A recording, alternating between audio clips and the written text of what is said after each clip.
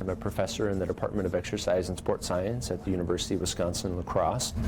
I love talking about health. I love, debunking some of the myths that people have about their health. Oh, here's a good one. When I was a kid, my parents wouldn't let us go into the water after eating a meal, to go back to swimming. It's false? I looked into the medical and the scientific literature, couldn't find one example or case study of drowning or even near drowning from someone who ate a big meal and then went back in to the water and went swimming. So I used to tell my kids that because that's what my parents told me. Guess I'm a bad lifeguard. Sorry about that. I started teaching health and wellness courses at the college and university level probably 20 years ago. And college students can be a pretty tough group to motivate. Yeah, true. I kind of picked up that the students liked these myths because every once in a while they'd say, oh, my parents were totally wrong, and they'd laugh and they'd get excited, and then I'd share the research on these myths. True or false, reading in low light causes vision damage.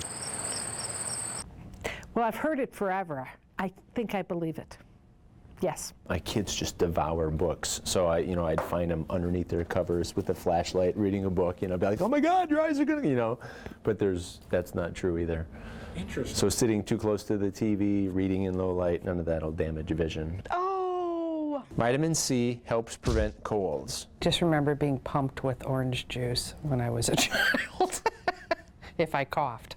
It turns out that that's not the case. Really? Huh. Well, here's a good one. Eating sugar makes kids hyper. I teach swim lessons, and generally the kids, if they have a lot of sugar, they're really energetic when they get in the water. I think that's true. Probably a dozen, maybe 15 well-conducted, well-controlled scientific studies says absolutely not. I'm flunking this test. Going outside with wet hair increases your risk of catching a cold. Well, if you're cold and wet, you'd be closer to get a cold. It's pretty interesting, but in order to catch a cold, you need to be exposed to a cold virus. Being wet wouldn't give you a cold, but you'd end up with one, likely. That's not true either. He's the professor. I'm not trying to push any magic pills here or get people in shape in 7 days or 7 hours, but I think there is a strong educational component to this. The poor professor has an uphill battle, but I'm not sure what he achieves when he wins it. Oh, I had another one just popped into my head. Eating carrots improves your vision. Yes. You don't believe that one? No. You believe? Oh. Good to know, though. My grandmother told me to stop drinking coffee and I'll stop getting freckles. Okay? So that's where I started to hear a lot of this stuff. Here's a good one, especially for people in Wisconsin. Drinking beer in moderation is good for your health. Yes.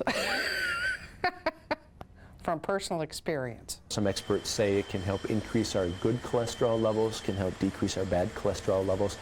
Sometimes it's really hard for people to take the beliefs that they have and to replace it with other things that new material that people are trying to teach them, I guess, especially if that comes from their parents or their grandparents. A lot of that stuff is ingrained in you, and even if you find out the truth, you'll forget it. If you're questioning something, there are credible sources of information.